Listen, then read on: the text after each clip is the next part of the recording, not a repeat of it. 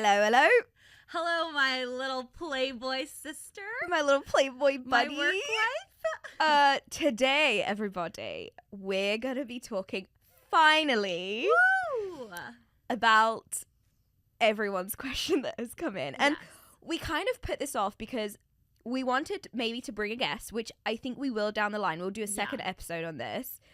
But it's to do with us working at Playboy and what our craziest stories have been. Yeah, we had so many questions. What were your craziest stories at Playboy? And I feel like this is just supposed to break the ice a little It's just bit. like a little teaser, Yeah, because I teaser. think we should bring a guest, maybe like one of our ex-coworkers or like someone in the Playboy world Yes. that we can kind of expand a little bit more on. So it's just the tip. It's just the tip. I had one quick thing I wanted to go on a rant about. Go. So after we did our body positivity episode, I had a lot of people text me asking me about pick-me girls in the sense of body positivity, and I just wanted to bring this up Wait, quickly. what does that mean? So, like, Alex Cooper will film herself eating chicken tenders or, like, Or the eating all these, sandwiches, like, yeah. really unhealthy foods. And she's clearly not eating them because it's impossible to eat like that and be so Skinny, tiny. yeah. And so it was talking about this culture of, like, girls who are pick-me who try to be cool and, like, use food as a way for guys to be like, oh, she's cool, she's cool. Yeah. And so many people had texted me that, kind of like shit talking it. And in my head, I was like, damn, I've definitely done that. Yeah. But it reminded me of a Playboy story. So I just kind of wanted to like intro that because like when we get into it, I'll bring that up. Okay. But I think like Playboy made me the biggest pick-me girl I've ever been in my life. Really? Yes. It didn't change me that much. Like, I didn't change me that much. Yeah. But let's get into it. Okay. I think what we should do is kind of tell each other our because so to give everyone context, I started in 2020. You Yes. started when? 21, 22? 21. And I was a senior director of casting, worked my way up. So I dealt with talent, playmates, models, celebrities, and Devon did marketing. Yeah, I was senior director global marketing. Yeah. So whilst we were best friends after we met, we did still have like very different, because you know we had different bosses, we had different paths. Clearly she's changed from it, as she says. But I only changed when I was there, and then I reverted. And then back. you reverted. Yeah. I don't think I changed that much, apart from like having like obviously many interesting experiences. I think we should just tell each other our like craziest stories, Okay. and then we can come together. Okay. I think my first one was when I started, the boss that I had, I ended up replacing him, but we were super close. So then a new boss came in, fired his ass, and then I replaced him. So that was like pretty fucking crazy for me for my career because it incited like a ton of drama. Yeah. And it was very, very, very betchy. I had 8 bosses in 3 years. That is crazy. They were great. All my bosses were really great. I Yeah. think bar 2. Yeah. They were all great. Apart from I- 2. One was specifically crazy. Yeah. Do you know who I'm talking Yes, about? I do. Yes. The one that, yeah. Yes. Okay. I was secretly dating my ex, and we kept our relationship a secret, and I would wear a vibrator into meetings, and he would control it with the remote control. And then I'd fuck him in his car in the parking lot. I didn't know this. What? So that was pretty crazy. How did you not tell me this as it was I happening? thought you knew this. Well, and also we had such easy access to I vibrators was just because they gonna were all say, around the offices and like we would get like vibrator gifting once a week. the fleshlights. The Yes. fleshlights were everywhere. Whips, riding crops. Yeah, that was a very unconventional workplace in the sense of like, you know, obviously you usually don't talk about sex, you usually don't talk about your body, but because it's Playboy, like we had all the merch that, you know, it was normal to talk about sex all the time. That is wild. That was pretty crazy. I didn't know that one. Okay, I'm gonna start light. So so part of my job was looking after playmates, and we would do these events, and I'd kind of be the playmate mum for a bit. At least I did this, and have to take them to events. a lot of the events we do would be like in Miami or Vegas, and we went on a lot of work trips, and some of them you came to. So I would take a lot of girls to Vegas all the time. And obviously for them, it's super fun. They get drunk. They get to parade around. Like, it's a fun trip. Yeah. One time we like took the girls on the jet, and like they were like topless on the jet, and I was like, So crazy. woo, go girls. like you're doing amazing, sweetie. Like, that was me. One of these Vegas trips, I took like 5 or 6 models. Everything was going great. And, you know, I want the girls to have a good time. Like, I'm like, you can get drunk. Like, I'm like the cool mom. I'm like, do what you want. Like, I'm very chilled. But how about one of these trips, one girl, like, so we had like a group text, and I tell the girls the instructions of like, be down at this hour. The party starts at this hour. Like, these are the meeting points. Like, very responsible. So I guess there's this one girl, she comes to the event, and she was already drunk before we even got to the party. And I don't know, basically she like blacked out, and I had to deal with this girl like completely blacked out in Vegas, and it was just like not a safe situation. I would be freaking out. And I'm just like, this is so above my pay grade. Mm-hmm. Like, because this woman is not like 18. She's like a 35-year-old woman. Yes. And I'm just like, I'm now dealing with like a half naked, passed out, drunk model. Yes. I didn't have any men with me, because I feel like sometimes in those situations, like, men can be like the protector, and like, I'm like, and we couldn't even get her home. Like, I'm like, I am leaving Vegas. Like, I'm not staying in Vegas with this blacked out girl. No. So I was just like, I had to pay for her hotel room. Like, it was like this really, it was a wild situation. But I paid for stuff, but then I was like, I am leaving, because like, I feel like that shit is just too much. So I will never forget the drunk little model. I don't know how she got home to this day. Not your problem. I kept texting her. She never texted me back. Maybe she's embarrassed, but she should have said thank you. Yeah. Wild. My next one is, I didn't learn my lesson, so then I dated another person from Playboy and secretly dated them.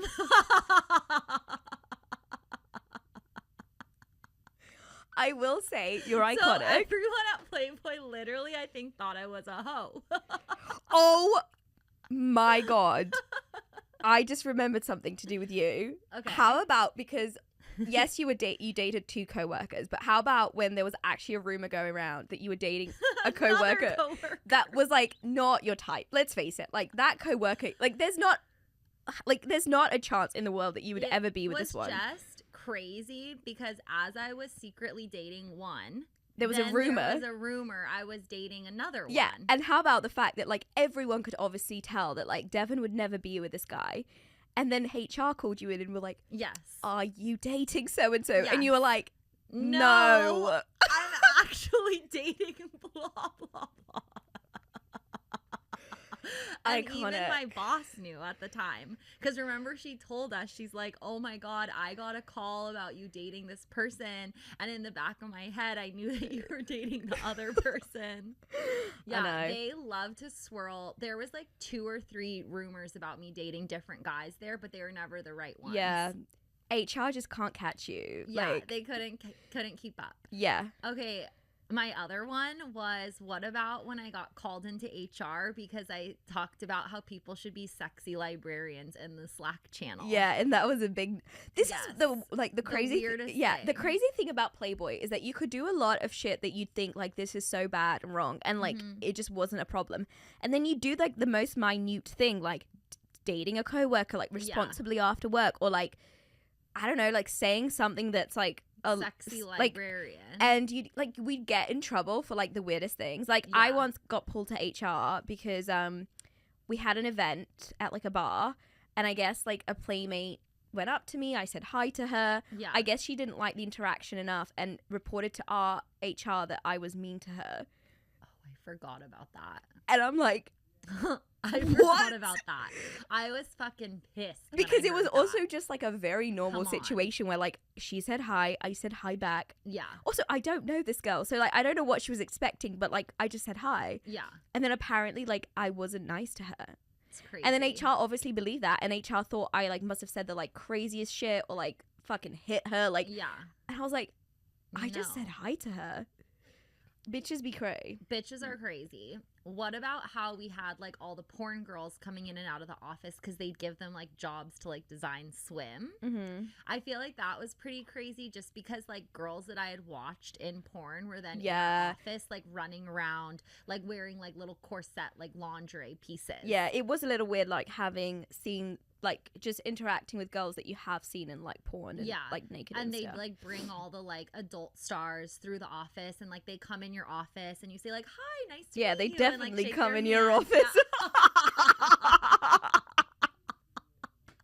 I'm like, wait, how about, this isn't even on my list, but how about there was a time I think we were specifically going through like tough times at work, things were difficult, and we'd have wine every day in our desk after work at every like day. But here's the thing, we would start at like a normal hour, like 5 or 6 p.m, and then it got so much that HR banned all wine. Some people were taking it too far. Well, we would like take a bottle. Yeah. And like, but everybody would do that. But yeah, like I started maybe around 4-ish, like 5. And then, they took the wine away. And then they were like, had to, like, no more wine is allowed in the office. Ask the like office manager on the side, like not on the Slack because you didn't want it in writing. But I'd be like, can you like get me a little from the stash? But yeah, employees took it too far. We were the employees that took it too far. Okay, how about now that we're talking about getting pulled up to HR? So apart from this one time where I got in trouble for like being mean, allegedly, I also, there was another time I did get pulled to HR for being transphobic. They said to HR that I was transphobic and didn't want to put them in Playboy because they were trans. And I'm like, no, it's because you're not hot for Playboy. Yeah. Like, I will, obviously, I've worked with many trans artists. Yeah. with the trans community. I was like, I've worked with so many amazing, beautiful, fucking sexy ass trans, people. Like, that's not my problem. We're also the last people to ever be judgmental. Of course. I'm like, literally give me all of the trans models. But this one, I'm like, Not hot.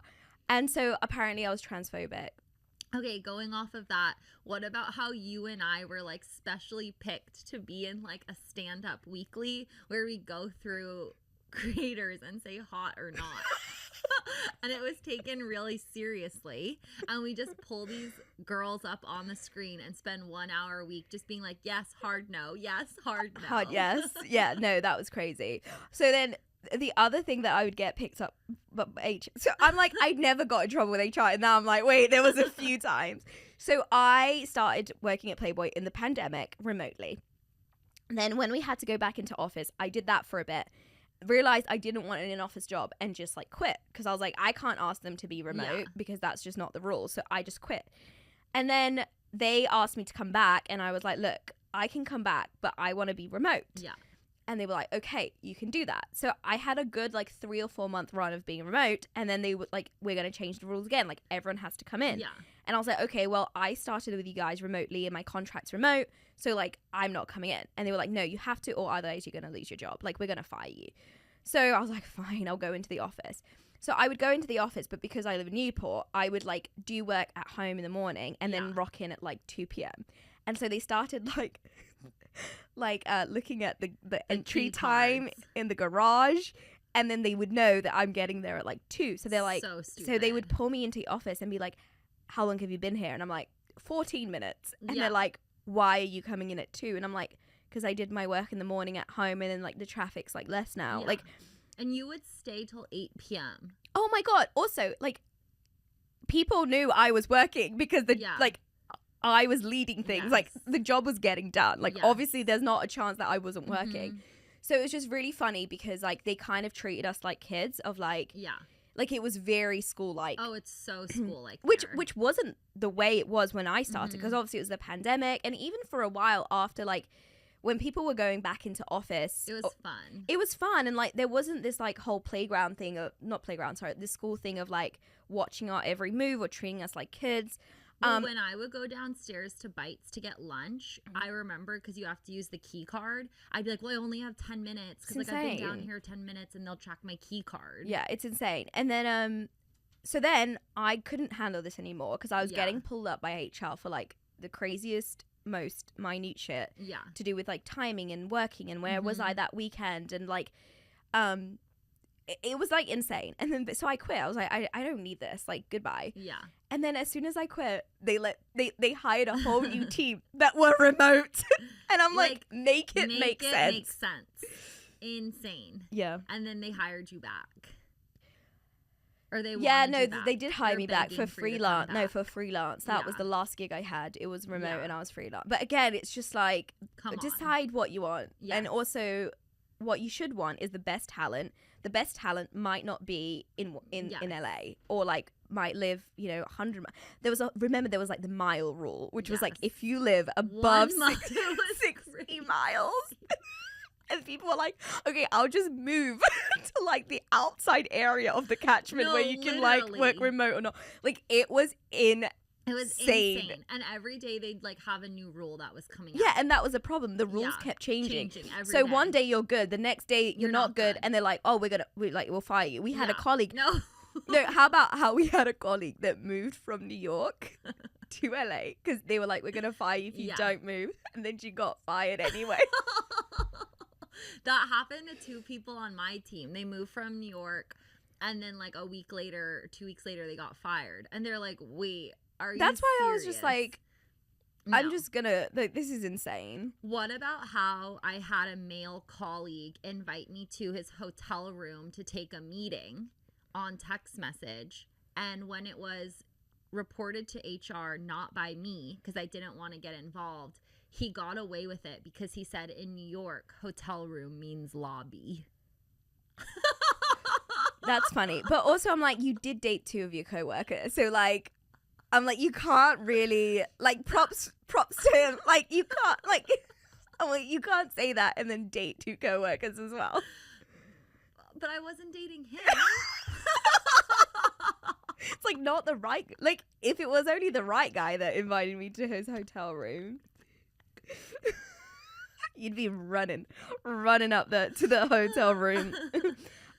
Speaking of hotel rooms, how about the time when we had an event in Miami, and I guess you were there before me, and my room check-in wasn't until 3, and I got into Miami 3 p.m. and I got into Miami in the morning, and you were like, I'll be awake, and I'm like, great, I'll come to your room and we can hang until my room's ready. So I get in at like 7 a.m. to Devon's hotel room, and I'm knocking, and Devon is not there, and I'm calling, texting. I've taken a sleeping pill. So Devon's like not answering. I'm like, no worries, I'll just wait like outside of her door for her. But I was very, very tired, so I decided to just like sleep on the floor. On the floor, like outside of the door. Like I was outside of the door, on the floor, sleeping with like blankets all over me. Yeah. I opened my door to leave to like go get a coffee, and I just go, oh my God. She thought I was a homeless person. Yeah, so it's just on the floor like looking up at me. And you were like, I thought you were a homeless person. So that gave you a little fright. That was a fright. That was a core memory for sure. What about when you had to do the Art Basel parties and I wasn't there? I was in LA, like holding down the fort, drinking like 100 gin and tonics because like the world was ending in It was ending. So to give everyone context, we did this party in Miami at for Art Basel, and it was a very cool party. We got like a lot of cool people there, like Lizzo, Charlie XCX, Cardi B, like all these celebrities. The only problem was that the venue we got was not big enough. So we had this problem where everyone wanted to get into the party, and we were turning celebrities down because there was just no space, and it was becoming like a health and safety issue. The venue was going crazy at us because we just had too many people. Yeah. The celebs were going crazy at us. Their agents was going crazy at us. Our CEO tried to get into the party, and security were like, no. And he's like, I'm the CEO. And they were like, we don't believe you. So the CEO couldn't get in.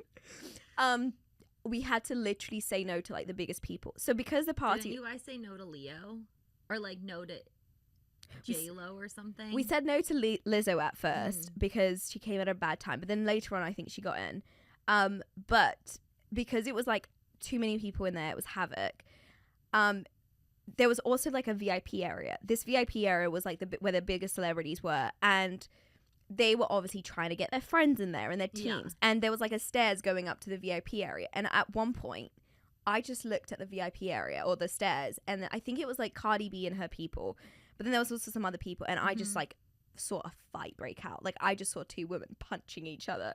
And I was like, what in the world is going on? And then because they were like punching each other, one of the like venue staff was just like next to them, got like knocked out from their fight and was like falling down the stairs.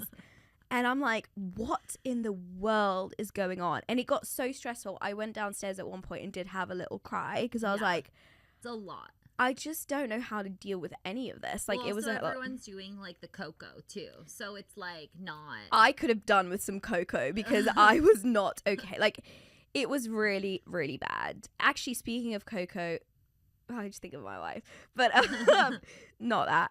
The next day, we had another party, and we learned from like the mistakes of that first night, and remember the email that went out? Yes. I like called Yaz. I'm like debriefing with her. We did a second night, and this night we learned the mistakes. We got more security. Like, the venue was bigger anyway, though, so we weren't going to have the same issues. So it was like a much better experience.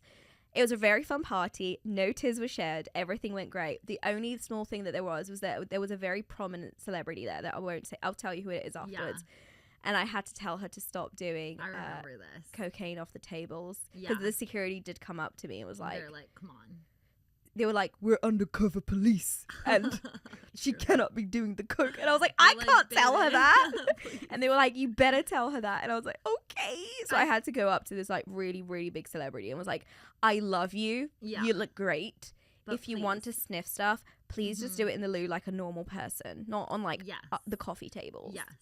I feel like with Playboy also, like everyone that works there, 90% of them like wanted to be someone. So it's a lot of like personality and like I just feel like very like theatrical and like you mean the employees or like the people? The employees. Yeah. Like I feel like everyone that's an employee there wants to be famous. Yeah. Well, how about this? Like I do think when I started, it was very different. Like the employees were very arty, were very cool. Yeah. And we had like the editorial. Very editorial. We had the best team. And then things changed and the people coming in were like very questionable. Yeah. Well, very it used to be when I came in, it was all women. So like when we'd get on Zoom calls, it was like all women. Yeah. And then by the time I left, it was like all boys club. Men. It was boys club. Boys club. But when we started, to your point, it was a lot of great women and we were all really great friends. We had like the tightest bond. Like I loved them so much. Yeah, we would have so much fun. Within these women, I think there was like one or two who were like kind of a nightmare to work with, but like in general, it was just like queer women having fun. Like it was amazing. The best time. But yeah, by the end, it was. I mean, also the like staffing would change like all the time. All the time, always going through layoffs, and we do these like stand-ups. I mean, also all the furniture in the office is from the mansion. So, like, the couch we would sit on was, like, Hef's couch. Yeah. But, like, we do those stand-up meetings, and then it'd always be, like, announcing more layoffs. And then I remember we would all, like, Slack each other and see if the Slacks were still active. And we're like, who got laid off today? Yeah. I think I made through, like, 7 rounds of layoffs. I think there was, like, 4. Insane. But like everyone was just numb to it at that point. Like you don't like show emotion. Insanity. How about the good times? Like we're kind of talking about the crazy stuff. What about some like really fun good moments for you? I just feel like around the time that we launched Playboy lingerie, like everybody was like wearing the lingerie to the office. Energy was super high. Like we'd all be wearing like sexy bras and bodysuits and be like running down the halls, like drinking bunny lattes. Like music was always blasting, and I feel like everyone was like very like high on ideation. So it was just like really high energy. Everyone's in lingerie, and like I just remember always bopping into people's offices and be like, I have this idea. Like how can we work together? Like I feel like it was just so fun, and like we would have like fun cocktails and like just like I don't know, it was a very good vibe. Yeah. I would say that lingerie launch was very fun, and we did a party. You did a party for it. You ran this event, which was amazing. How about in that event, because it was like a lingerie party, I was like, cool, I can wear this like bodysuit that was like completely see-through. Like my tits were out essentially. It was like the nips were out. It was a sheer see-through bodysuit. Like my boobs were out. So I was getting ready with Devon and Devon's boss, and I'm like, guys, honestly, like, is this okay? much? And they're like, And you have your nipples pierced. I have my nipples, and they're like, no, it's great. And I put on a bra, and look sexy. Okay, but wait. So I'm like, I put on a bra, and I was like, are you sure this isn't better? They're like, no, it's great. So we go to the event, and it's a party, so it's a little bit dark, so like you can totally get away with it. I will say there wasn't many other people with sheer bras as I thought there may be, so I'm the employee with her tits out, okay? And we were making out and kissing. But it's okay because, you know, because it's dark, so no worries. The CEO can't see my tits, like, it's a little dark, it's fine. And I'm hugging all my fellow employees, and my tits are out. How about then when the Getty images come out, there is high flash, and all I see is my boobs. And now my boobs are on the internet forever. The nips. It's on Getty Images. Just, like, you can't, it just hits in the morning and then it's done. So, oh shit, I'm getting nervous. Like, to this day, I need to message the photographer because we know her well. She's a darling. Yeah. And be like, how can I get these all of these like pictures of me removed? Well, what's so funny about it though is we were with our boss at the time, who was the president of the conglomerate of PLBY, and we're all getting ready, like doing glam. And I remember Yaz specifically asks her and is like, "Do you think this is too much?" And she goes, "You're beautiful. You're sexy. She's like, I love it. Love yourself." Yeah, if I had boobs like that, I'd wear that. So I do think that is okay. So A, I'm sorry your tits are on the internet, but B, what I do think is so fun about the Playboy environment is everyone's so positive and fun, and like, if you ask me now, I'd be like, okay, no. Maybe well, not that's great. The thing. Like, hindsight is 2020. Like, now looking at the also my wife wasn't happy about it, and like at the time I'm like, my body, my choice. And now I'm like, I should have listened to my wife. Like, yeah, like, it is nice that, like, I could go to a party, have my tits out, and, like, the CEO's there, like, my bosses are there, and they're just like, woo. Mm-hmm. But looking back, I'm like, why did I have my tits out at a work function? Like, facts. I also, though, made a lot of questionable outfit decisions, like, more at the office. Yeah. Like, I was wearing corsets. And heels. I'd catch Devon in, like, corset and heels. It's just so funny to think about. Like, also, I'm sure there are so many things we're just forgetting about. Like, I think so much is just, like, gone over our heads. Yeah. But that's why this is just an icebreaker. Like, just to, like, let you into, like, a little world. Yeah. What else has happened? Oh, I got to go on a private jet with Pamela Anderson. Yeah, that was a fun. fucking highlight. That's sick. Yeah, so we had an event in New York, and we commissioned her to go to the event. Yeah. So we had Big Bunny at the time, the jet, and we went to pick her up in Vancouver where she lives, and then flew 5 hours to New York, and it was just like me, the CEO, another employee, Pamela. It was like 4 of us, and her assistant, 5 of us. Fun. It was 5 of us, and she was the nicest, loveliest, like, sweetest woman. Yeah. Ever. Remember you're running around New York to get her, like, a G-string or something? Yes, because, so, like, we had to, I had to shop for her because she didn't have, like, clothes or whatever. So I was, like, going around all these lingerie stores because she, like, needed to get her, like, perfect. Like, it was so nice. Yeah. She's such a darling. I will, like, Pamela Anderson. Yeah. I love you. Ride or die. You would never watch Big Question Small Talks, but if Maybe you ever one do, day. I love you. You're amazing. I mean, there are so many fun, like, pool parties, too. Vegas pool parties that I went to. But also, like, hindsight, like, kind of inappropriate. But as I was there, like, very fun. Yeah, they were fun. And that's the thing. You kind of just have, like, if you're going to a Playboy Vegas pool party as an employee, and, like, especially me as, like, I was taking the playmates and stuff, like, there isn't a world where I can take it seriously. Like, I have to make it fun for the girls. I have to make it fun for me. I will say by the end of, like, 6 or 7 Vegas trips, I was fucking done.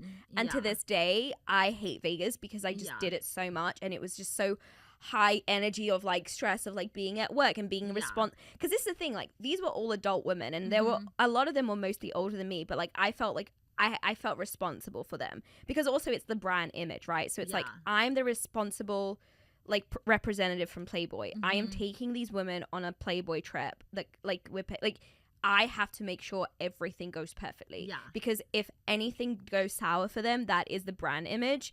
And Yeah. I'm an extension of that. And it has to be perfect. So you're always on like high stress and like Yeah. just making sure that they're good. They've eaten, like everything just has to go. Needs to be Also, perfect. inherently, I am not a good events person. Like I hate running events. Mm-hmm.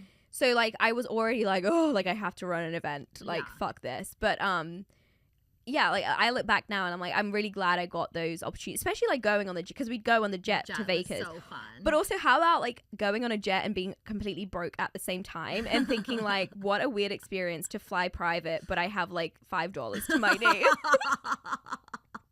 I just feel like I would go on the jet and then like the talent would be twerking, so then like I couldn't be like in any of the pictures, so I'd just be like in the bathroom. Yeah. Like, Also, the jet was cool because we had a female pilot. yeah, that was cool. I thought she was one of the playmates when I first went on the She's jet. hot. She She's is so super hot. I will say this because like I think ultimately everyone's really curious about our Playboy experience, and like I get questions all the time like, how was it Mhm. working there? I want to convey Playboy as like a really great brand to work for. Mhm. And like, yes, we had crazy experiences. Yes, it was toxic, but to our point, we were talking about this earlier, like Yeah. every workplace is toxic. It's toxic. Like yeah. I'm not convinced that there is ever a company that you work for that isn't drama, that isn't Mhm. toxicity. Like it is just what it is. And I Yeah. think given that, we had pretty amazing experiences. Like Mhm.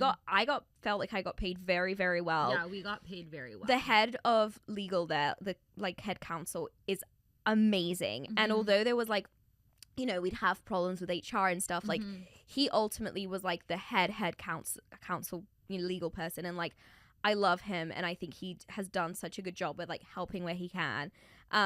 So like I want always people to feel like I had a really good experience there. Yeah. And to this day, I will always defend Hugh Hefner. Yeah. I said what I said. No, I agree. I Yeah. think like it was funny because when the documentary came out, Oh, internally though, all the employees were just like pretty unfazed, because like I think if you work at Playboy, you are a fan of Hef because you see so much more to him Yeah. than like what's on the surface and level. here's the thing.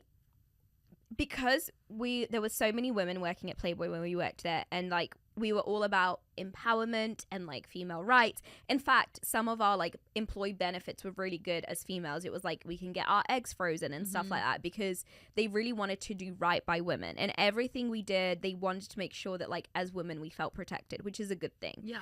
And it was never like the company that made us feel not protected. Like if Mhm. ever something happened to us that was like a little bit questionable, it Yeah. wasn't like the company. It was like an idiot employee or like an idiot coworker. Like Yeah. it was never like the company, you Well, know? I think some of the men they hire at Playboy are like the losers in high school who like want to feel Peaked cool at 40. again. Yes. So they like bring in these guys who are just straight up losers who like think that now they're like bros. Yes. And so those ones always cycle through. So that would be like my only negative. But like I think the women we worked with at Playboy are some of the coolest, most interesting, educated, dynamic women I will ever meet in my 100%. life. I had like the best, and that's the thing, like working there it was a great stepping stone for our career, because we Yeah. felt like we could do anything after working there.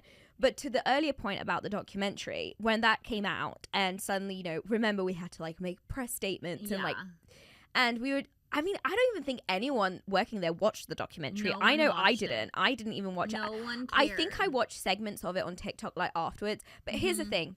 I believe women, right? Like I don't think that, you know, obviously I don't have a crystal ball to know if the claims that were made in that documentary are true or not.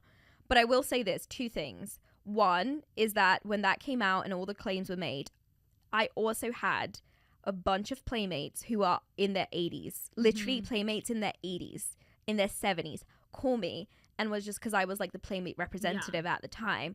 And they called me and they were like, I just want you to know that my experience was different. Mm. So two things can be true at once, where some people can have this experience with Hef and the peers, and my experience was different. And I want my voice to be heard, because I can't go out and make a documentary and say, I had a great time in the Playboy mansion, because that's not going to make money. You know, like that's not going to Exactly. make money.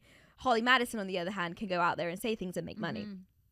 So that was my first point. My second point is, and this is a wider discussion for society that I'd be really interested to hear people's thoughts on, is that there is a very big difference between consent and regret. Now, you can, for example, I'll talk about me. I have consented to things in my past that I regret. And maybe there was like a bit of abuse of power, but at the end of the day, I did consent to them. And I don't think that you can say sometimes something you regret was unconsensual if it was.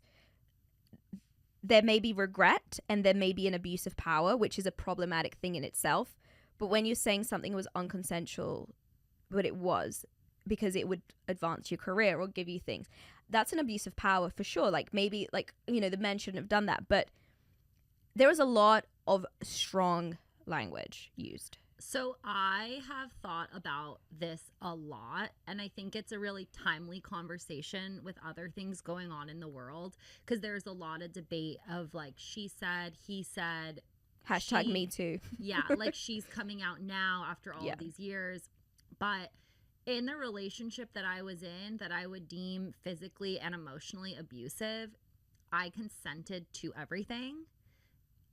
And I look back on it and I'm deeply regretful and I feel embarrassed and I'm really sad that the person that I was when I did those things that were abusive, I did because I wanted to keep someone because I loved them so much. Mm-hmm. But it was fully consented to. And I think that if it came out and it was public and you could monetize it, I could understand how on the black and white it looks so fucked up that it could be twisted. And so I really think for her, I don't know her story, but I think something really similar with like the Playboy Mansion and Hugh Hefner is a lot of women consented to the behaviors because they either loved Hef or they loved the lifestyle.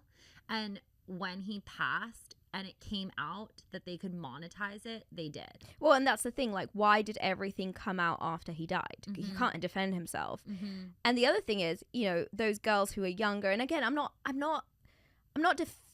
going against them because I believe them, and I'm sad that they went through that if what they're saying is true, and I believe them.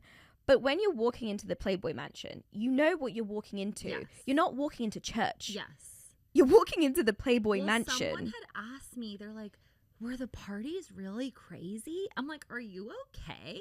Like, did you think you go to Playboy Mansion party and everyone would sit at a dining table and eat mac and cheese? Like, I don't get it. Like, and, again, I don't have a crystal ball to be like, like, I don't want to give a definitive thought and opinion onto something that I don't know the truth. Yeah. But my gut is like, I feel bad that A, Hef is dead and can't defend himself. Mm-hmm.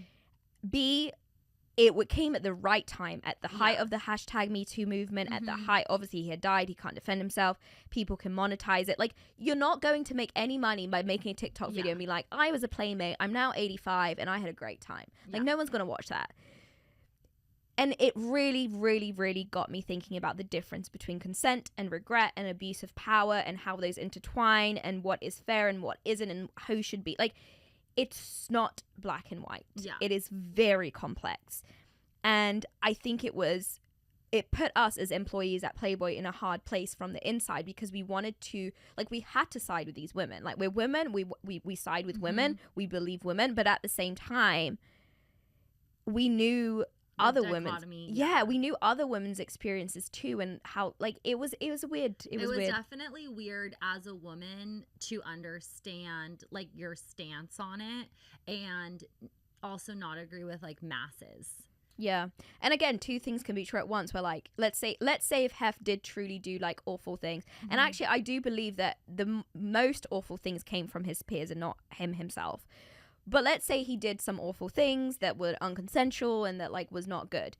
At the same time, he also did fucking amazing things for like the advancement of women and civil rights and race and culture. And that is often overlooked. He's an innovator. Yeah, he's an innovator and like a really good human rights activist for all sorts of different literally. People. So like at a time where it was really not accepted. Right, correct. And so when I was interviewing at, I was talking about the importance of inclusivity, and I brought this up and I had a really good conversation with the HR there, which made me be like, this is the right company for me, because I think to be able to understand something that's not surface level and dig in and actually see like inclusivity like that from like a white male is interesting. Amazing advancement. And that's the thing, like when I decided to put Bretman Rock in the cover of the digital Playboy that we did, the cover, dressed in a bunny suit, obviously we got like so much hate online from like stupid men being like, this is disgusting, Hef would hate this.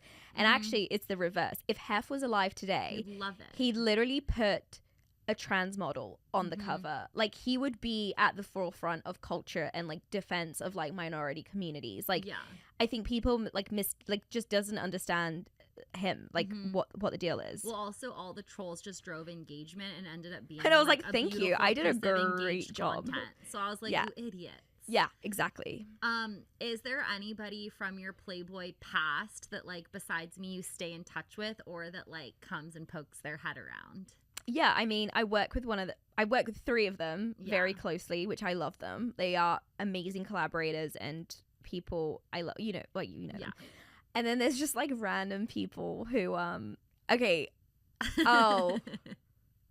This is very quickly to end this. There is someone who I don't want to go into detail, but let's just say they worked there in more ways than one, and they love drama and they love beef. They love drama. Like let's say they were in an HR like every day. Yes. They came at me for like I posted about how like Hailey Bieber should leave Justin Bieber, and they completely went for me. They were like, you're also congratulating her for her and then they were like, you're huge. Suggesting that she should leave him because he's an addict, how dare you? And I was like, I never once suggested that. Like I have addicts in my life, like I'm not suggesting she breaks up with him because he's an addict. I just think he has treated her so bad in the media. If my man was like, oh, she'd never be in the cover of Vogue and put it publicly, I'd be like, I can do better. Like I just can do better. Also, it's just not that deep. Like it was a passing comment I made, and then she decided to attack me saying, you're probably on vacation somewhere, which has nothing to do with anything. You're probably on vacation somewhere. Like I want a shirt you on a t-shirt. Yeah, I'm probably on vacation because somewhere. A, it's like fuck yeah, if that's my legacy, cool. But B, that attack was so it's so personal. Unhinged. Okay, one, it's very personal. Two, it's very random because what does that have to do with anything that you're talking about? Three, I was actually at work in LA. I was actually like, I'm not on vacation. Working till like 10 p.m. Truly. And I was like, you picked the wrong day. If it was 2 days ago, I would have been on vacation. I think that is a little bit of like a fun way to end the Playboy thing, is like there are just personalities that like go in unhinged, and we though would keep laughing. Like I feel like I tend to get more heated about that stuff because I just find it like inappropriate. But like there were a lot of laughs with just because like, that's the thing. This story is very, very funny. Like very funny. Yeah. And so it's like, I mean, and then we can share it with other Playboy people. Yeah, and it's just funny. So like, you know, I wasn't even going to reply to this because I'm like, oh, this is so stupid. But then actually like giving it the time of day made my day because it was like very hilarious. Yeah. And how about one last comment? How about that like every Playboy employee that left that was like in the big friend group, we had a text message called The Survivors. I was just thinking of that. So we had the text thread called The Survivors. And then after, each person leaves, someone adds them to the chat and says like, welcome. We're so happy to have you here. Yeah, and then all we talk about is like funny shit. Yeah.